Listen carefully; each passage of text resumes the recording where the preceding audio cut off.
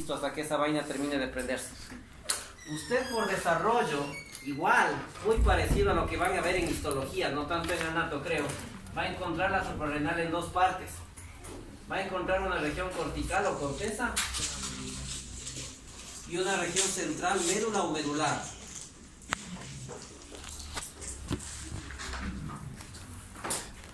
Las dos tienen un origen distinto y eso explica lo que produce o secreta cada región. La médula se sostiene que viene de células de la cresta neural de un ganglio simpático vecino. Por lo tanto, una de sus producciones típicas o su producción típica son ciertos neurotransmisores, unas sustancias que ustedes conocen como catecolaminas.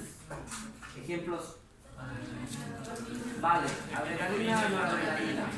Los nombres de otro tipo: epinefrina, norepinefrina, la misma vaina. ¿Hecho? Entonces, células de la cresta neural de un ganglio simpático vecino.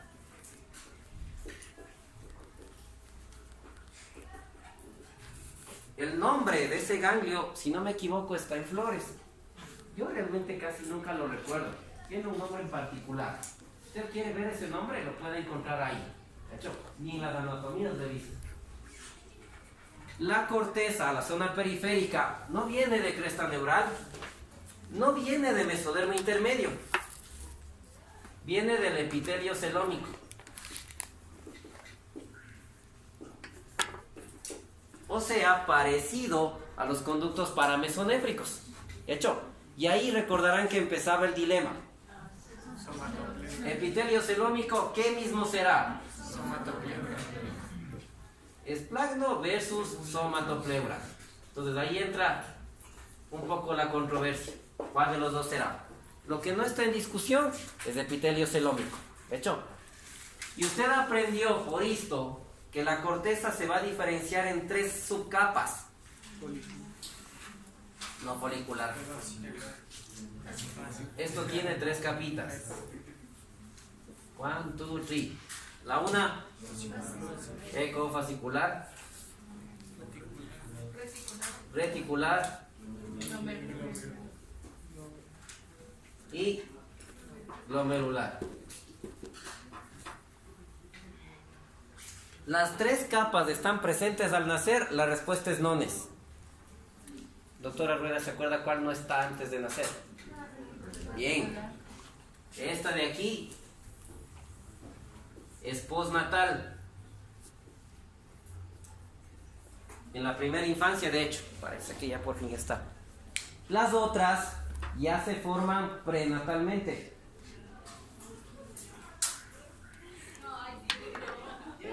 Parece que por fin.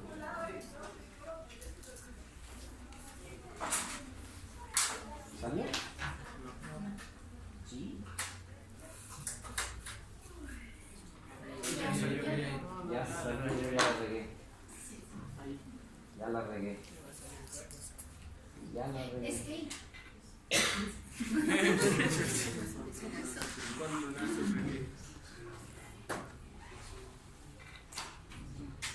Ya. Entonces, aquí está el gráfico de las suprarrenales en desarrollo. Como ven, está muy en relación con el aparato urinario y genital. Las células en azul representan las que migran de ese ganglio simpático vecino que nace de la cresta neural. Lo que está en rojito representa la futura corteza y que viene del epitelio celómico, como pueden ver. Muy parecido a cómo se formaba la corteza de la gónada primitiva. ¿Hecho? En esa corteza, lo que me dijeron muy bien, aparecen 3 capas, pero la que no va a estar prenatalmente hablando, o sea, que no se forma dentro de la barriga de mamá, es la reticular. Cuando estudien fisio, le van a enseñar que cada capa tiene predilección para secretar ciertos grupos de hormonas esteroideas. Algo de esto más o menos intenté sacar desde el día del seminario. 3 grupos grandes de hormonas esteroideas. ¿Cuál era? Glucocorticoide igual. Mineralocorticoide 2. Las hormonas sexuales, etc. Estas son las 3 vías principales.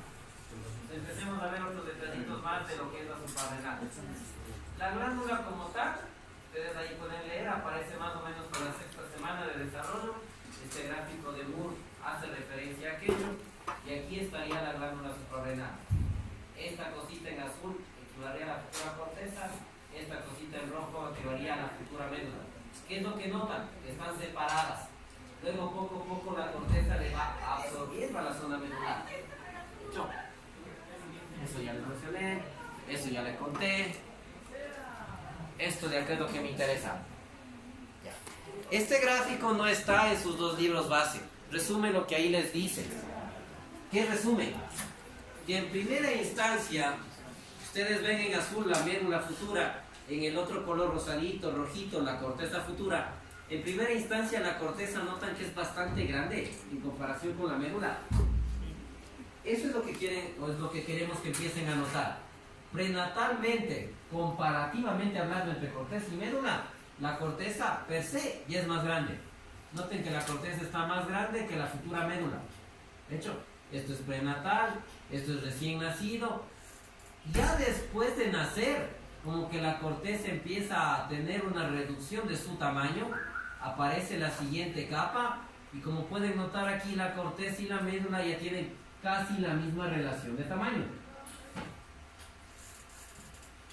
Por esa razón recordarán, la anomalía se llamaba hiperplasia suprarrenal congénita. ¿Qué capa o qué región de la suprarrenal es la que está muy grande?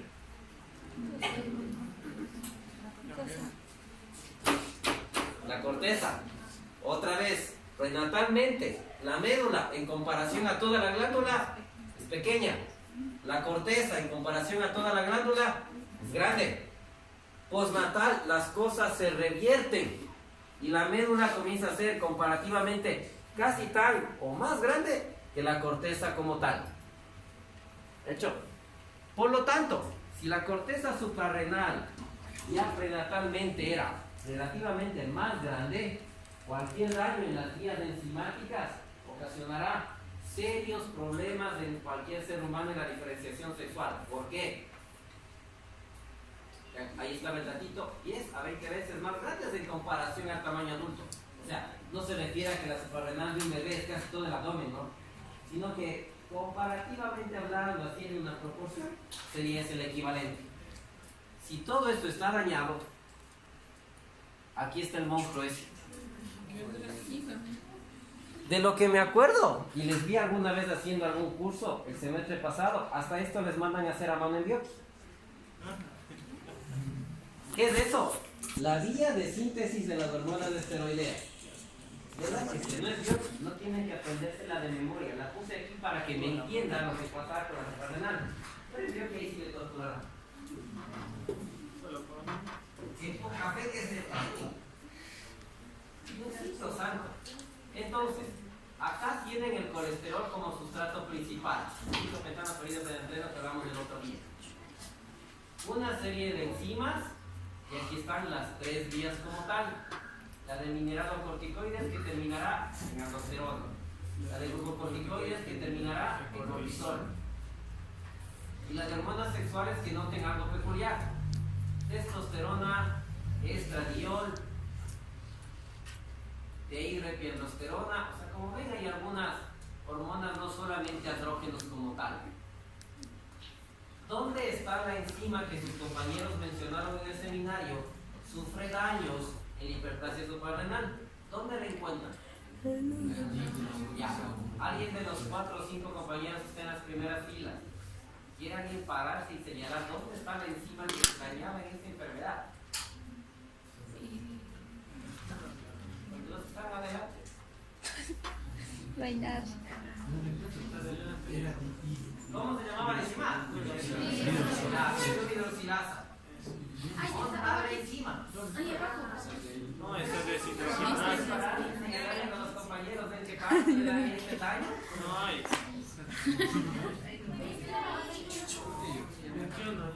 Le dije o no le dije a su curso que, sobre todo para lo que se refiere al género femenino, le impresiona y le agrada encontrarse con un macho masculino alfa, espalda tateada, ignorado, que tiene los suficientemente bien parados como para no tener miedo y hacer las cosas.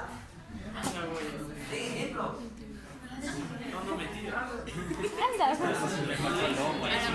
Porque al paso que vamos a terminar como Marx se necesita. Mamacita, mamá. ¿Has visto esa película? Las mujeres dominan. Es que hay 221. Te demuestra que tiene huevo. Todavía no vemos eso. Con esa decisión. Se nota que mi generación era la protestona y ustedes. Vamos. Se todo bien. No tengan miedo de equivocarse. Prefiero que se equivoque aquí a con un paciente. ¿Me entienden? Ya con un paciente la cosa es diferente y necesitan más seguridad todavía para aquello. Aquí es el momento de ir ganando seguridad. Sí, yo sé, me cojo los pelos, etcétera, etcétera. Fresco, es solamente un poco de teatro para que usted no se me pierda de la clase. Pero pues, realmente lo que quiero es que empiece a confiar un poco en sí, en situaciones de presión, porque van a vivir eso muchos años. Si es que esta glándula tiene un daño aquí y acá, ¿será que puedo tener esto y esto en gran cantidad? Nones. Por lo tanto, el sustrato, ¿a dónde se va a ir? A la vía de hormonas sexuales. Como tienen prenatalmente una corteza súper grande, recalco e insisto, me regreso a la gráfica, corteza súper grande, es muy efectiva en el metabolismo del colesterol en estas vías. Si no puedo sintetizar la aldosterona y cortisol que necesito, voy a empezar a sintetizar hormonas sexuales a lo bruto. Y la primera que va a ir apareciendo, testosterona. De lo que vimos en la mañana, si empieza a haber cada vez más testosterona en unos tejidos que expresan 5-alfa reductasa de manera constitutiva, ¿qué va a empezar a ocurrir si el feto es XX? Bien, y por eso lo que dijeron en el seminario, virilización. Pero si el feto era XY, le va a crecer el huihuicho más allá de lo que debería. Optimistas, ya le dije que no tanto así, pero que sí va a haber problemas. ¿En dónde va a haber problemas? Usted va a aprender que el cortisol tiene una función y la aldosterona tiene otra función. Esta es más metabólica, esta es más de equilibrio hidroelectrolítico. Por lo tanto, va a haber líos ahí. En una mujer con síndrome de hiperplasia suprarrenal, ¿será que también hay líos de ese tipo? La respuesta es sí. Entonces, en el varón no hay virilización, ya se viriliza normalmente, pero va a tener bien marcados los daños de aldosterona y cortisol. ¿Más claro ahora? Pensando en la prueba de mañana. ¿Más claro ahora? No. ¿Qué quiere que le repita? ¿Qué parte? Díganos, ¿dónde se perdió? Ahora, mañana soy bien bruto. Desde el inicio del tema. Por favor. Me repite el semestre. Entonces, como vieron, postnatalmente pues empieza a perder la suprarrenal, relativamente el tamaño de la corteza se va haciendo más chiquito y obviamente el peso también se va reduciendo, entre comillas. Y recién a los segundos años de vida es que ya tienen una glándula un poco más estructurada. Déjenme ver si tengo ese dato. Sí está. Lo que no recuerdo es si este dato lo tomé de Arteaga o de Flores. Porfis, ahí me ayudan chequeando. La reticular, como dijo su compañera, parece postnatal, perfecto. Hay un poco de variante en qué año o en qué momento más o menos aparece esa capa a nivel de la suprarrenal. El dato que les tengo puesto ahí, como ven, dice tercer año. Pero no me acuerdo si ese dato es el que está en Arteaga. Flores, chévere. Entonces ese dato nos manejamos que es el de Arteaga. Porque como habrán notado, en sectores de Arteaga hay un poco de diferencias de semanas. Eso quería que me ayuden para no meterles algo que confunda un poco más. Y con esto prácticamente se acabaron las estructuras de manera macro. Repasito de su capítulo. Al final del capítulo de genital en Flores y que está puesto en el sílabus, hay dos gráficas que les voy a enseñar. Esto resume todo. Diferenciación debe ocurrir. Diferenciación de los conductos genitales internos, o sea, genitales internos. Diferenciación de genitales externos. Arriba, etapa indiferenciada. ¿Qué se puede leer? Eso que dice mesodermo intermedio, epitelio celómico y CGP, o sea, célula germinal primordial, representa la gónada primitiva. ¿De acuerdo? Entonces todo empieza con la gónada primitiva. Como ya sabemos, para que la gónada primitiva se diferencie, es necesario solamente una proteína en el momento justo por un gen específico. ¿Cuál era? El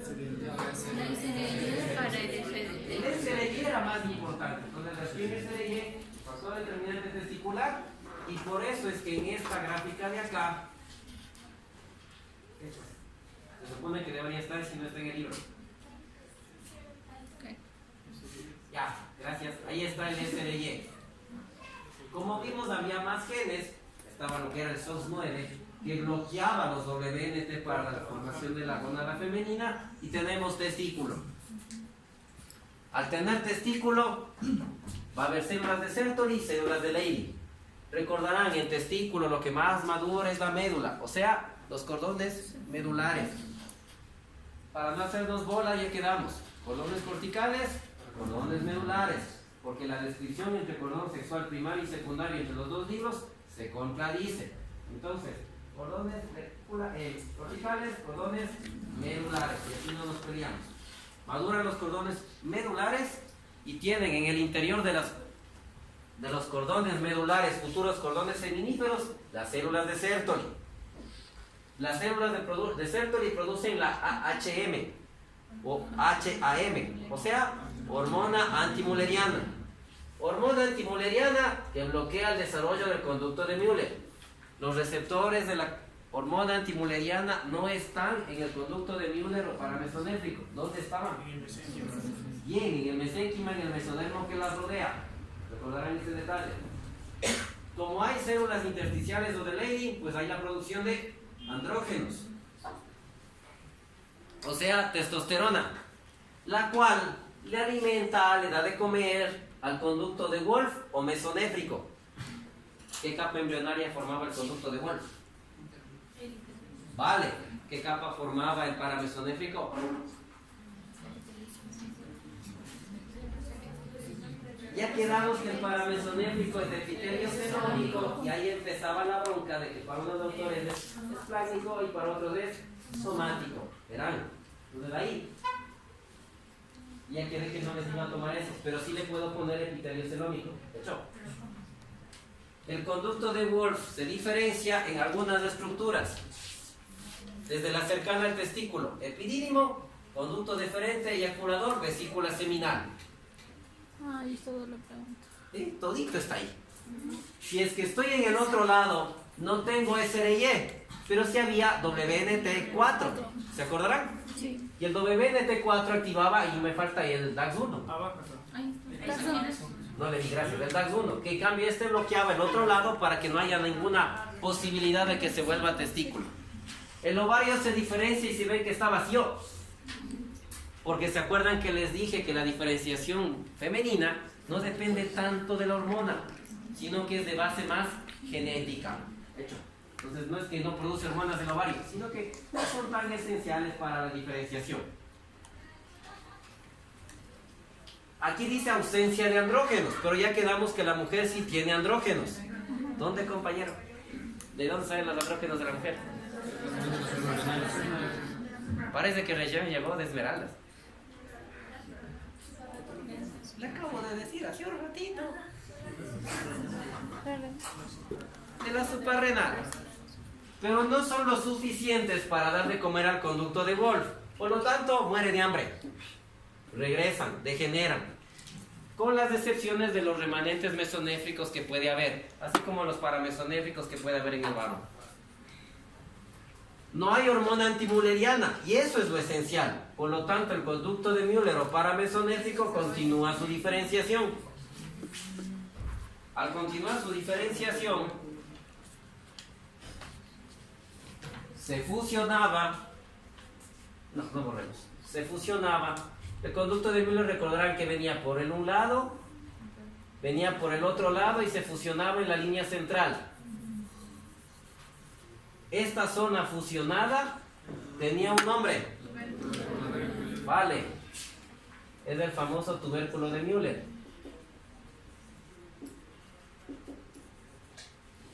El tubérculo de Müller ayuda a formar en la parte de arriba y concretamente del útero el endometrio.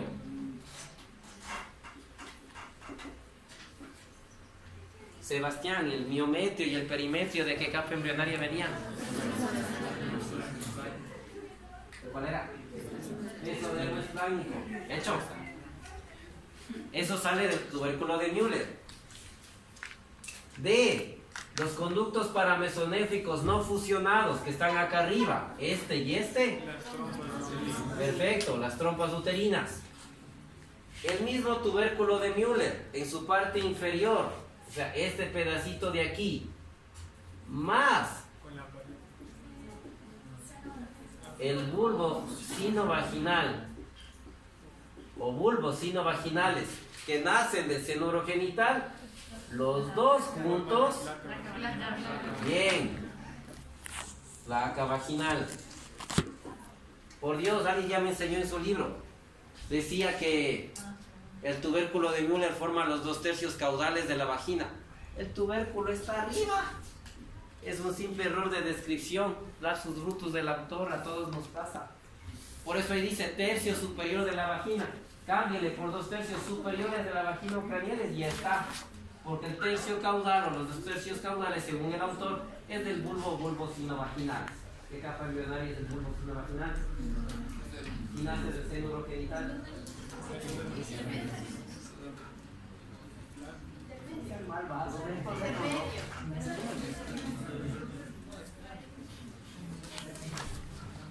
Tienen una aspirina por ahí.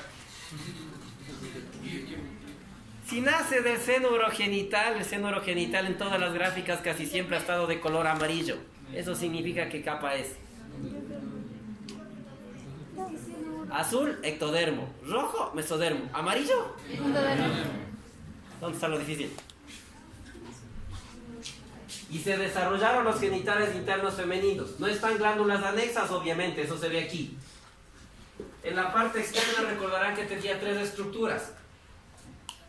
Como me preguntó un compañero suyo en el otro curso, es un poco difícil, porque le ponen eminencia genital raya tubérculo genital y podría confundirse con las eminencias genitales o labios scrotales. Buena observación del joven. Pues le digo, mejor entonces usemos el término tubérculo genital para no confundirnos con las eminencias genitales que forman los labios mayores o el escroto.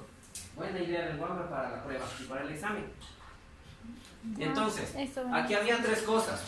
Había el tubérculo genital que se convierte en el falo y después en clítoris o pene. Y no todo el pene, como vimos en la mañana. Había las eminencias genitales o labios escrotales que se convierten en labios mayores y en escroto en el varón. Y había los pliegues cloacales o uretrales o urogenitales que se convierten en gran parte del cuerpo del pene o los labios menores en la mujer. Y aquí hay algo. No sé si es que le notan.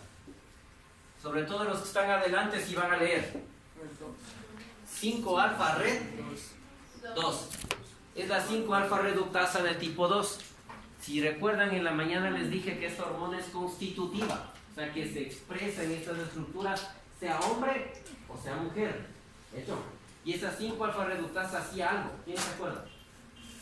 Transformaba a la forma activa de la testosterona. Bien, convertía la testosterona en dihidrotestosterona. Chévere. No sé si ven que por aquí dice aere. Aere, aere, aere y aere. Este es gringo. Receptores de andrógenos. Aquí dice AMHR2. Bien, receptores de la hormona antimuleriana. Entonces, ¿cómo ven? Tanto los tejidos femeninos como masculinos externos e internos tienen receptores para andrógenos. Pero ¿por qué se virilizaba en el varón? Porque la cantidad de andrógenos que existe es tan alta que se convierte en la dihidrotestosterona en gran cantidad y por lo tanto el tejido va para masculino. En la mujer hay andrógenos, hay dihidrotestosterona, pero es, no sé si dije en su curso, como medicina homeopática, sin ofender a nadie, pero es así. Han oído que esta medicina es La dilución de la dilución de la dilución de la dilución de la cuarta dilución. Y cuando han hecho algunos estudios de algunos fármacos homeopáticos, lo que sale es agua. Y que no hay nada más. Dicen la dilución infinitesimal es cuando es qué. Entonces en la mujer es como que los andrógenos serían la dilución de la dilución de la dilución de la dilución de los andrógenos que tendría un varón. Así que aunque tenga de hidrotestosterona es tan poquito que no logra estimular tantos receptores que le virilicen, a excepción de los casos de hiperplasia suprarrenal. ¿De acuerdo? Por eso aquí ven genitales externos masculinos, o sea, pene, escroto. Genitales externos femeninos, o sea, labios mayores, labios menores, clítoris, etc. ¿Alguna duda ahí? ¿Más clarito? Ese gráfico, Pepa, ¿no es cierto, doctor Socorro? Sí. Confío que esta vez no se caiga otra vez. Ay, Y ese gráfico empata con esto. ¿En qué momentos del desarrollo va ocurriendo lo que debe ocurrir?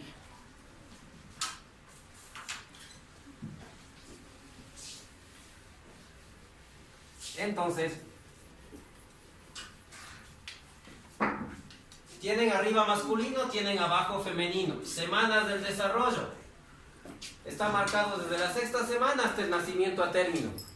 Hay eventos que son coincidentes, o sea que pasan en hombre y en mujer. Migración de célula germinal, migración de célula germinal. O sea, pasen las dos. Y lo que le indica la curva es el mayor momento en el que migran. Entonces, como ven, empieza desde 4 semanas, un poquito antes, 5 semanas, y hace un máximo después. 7 semanas ya tengo diferenciación de testículo. Entonces, ¿qué empiezo a ver? Empieza la secreción de andrógenos. ¿Qué hace un pico? Como ven, 10, 11 semanas y empieza a hacer más o menos máxima su producción. Formación de los cordones testiculares, o sea, los cordones feminíferos y obviamente las células sustentaculares que producirán hormona antimuleriana. Acá abajo ustedes no ven en mujer formación de cordones feminíferos ni menos producción de hormona antimuleriana. Aunque ya me dijeron que sí produce la mujer hormona antimuleriana. ¿De acuerdo? ¿En la qué? Vale, pero que no tiene el papel de derretir, de generar, destruir a los conductos paramesonéficos. O sea, ustedes tienen hormona antimuleriana, pero como medicina homeopática, otra vez. ¿Ya? ¿Qué se ve abajo?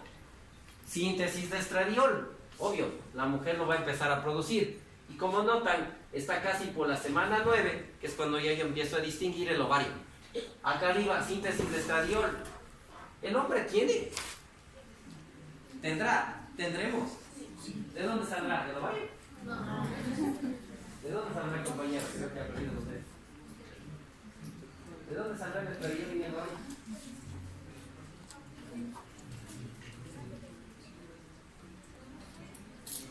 Dice de las receptores. ¿De dónde más? ¿No vieron que una mía hace un ratito que la testosterona se puede convertir en estradiol en las suprarrenales? También puede salir, pero no es la cantidad. O sea, nosotros tenemos cantidad homeopática de estradiol. ¿Entienden? Arriba dice descenso testicular, recordarán las dos fases. La transabdominal, la inguinoescrotal que termina por cerca de las 35 semanas. Acá abajo no van a encontrar descenso testicular. Lo que sí empiezan a ver es desarrollo de genitales externos, que como ven dice 10 semanas y media, 11 semanas y media. Acá arriba dice diferenciación de genitales externos, pero notan que está antes de la 10ª. Tiene lógica. Como requería hormonas, si ya tengo testículo desde la 7ª, la diferenciación genital externa es antes. En teoría, como ven, la diferenciación genital externa termina mucho antes en varón que en mujer. En mujer, yo les tendría incluso un poquito más. Ya hablamos de que hay autores que les ponen hasta las 18 semanas en estudios bien hechos.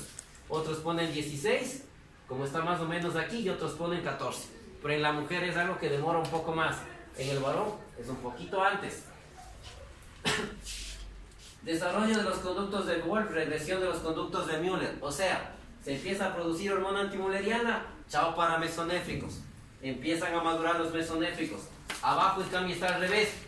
Degeneran los de Wolff. ¿Se mueren de hambre? mesonéfricos, y empieza a desarrollarse el útero y la vagina. ¿Por qué creen que la vagina se va como hasta las 20, 22 semanas? Gracias. Porque era una placa al principio y luego debe recanalizarse. Un proceso que se sugiere ocurre en la segunda mitad del embarazo, o sea, 20, 22 semanas por ahí. Que también notan que no hay en el varón y ahí sí hay abajo. Ya vimos que el desarrollo folicular es máximo en la quinta semana, cuando proliferan un montón las células reproductoras. Y después aquí la curva debe empezar a bajar. Ya dijeron ustedes, 7 millones quinto mes, 2 millones séptimo mes. ¿Y al nacimiento cuántos mismos eran? No, 300, 400. Vale, poco menos de 1.400.000, 600.000, algunos dicen 800.000, etc. Y sigue disminuyendo. Ahí están las semanas de los eventos más importantes en el desarrollo genital. En la clase de la mañana hablamos de lo que pasa incluso postnatal en la pubertad con genitales externos. ¿Alguna pregunta de ustedes? ¿Ninguna? Entonces la parte final, ¿se acuerdan que empecé la clase con eso? ¿O una de las primeras clases fue con esas fotos? Sí. Antes les contaba desde el principio este caso, ahora les cuento al final. Hace algunos años, en un centro médico donde yo trabajaba, mi jefe me pidió un poco de apoyo con un paciente que tuvo. El señor había ido por control de salud. Un hombre de 30 años que quiere ver cómo está su salud, es mayor problema, es mayor reto. Entonces usted se queda pensando por qué un médico más viejo le pide apoyo para un control de salud. No tenía lógica al principio. El hombre, por lo demás, me dice mi jefe, o me decía mi ex jefe, chiquito, delgadito, menudito, medio raro, con unos rasgos no tan masculinos, ¿no?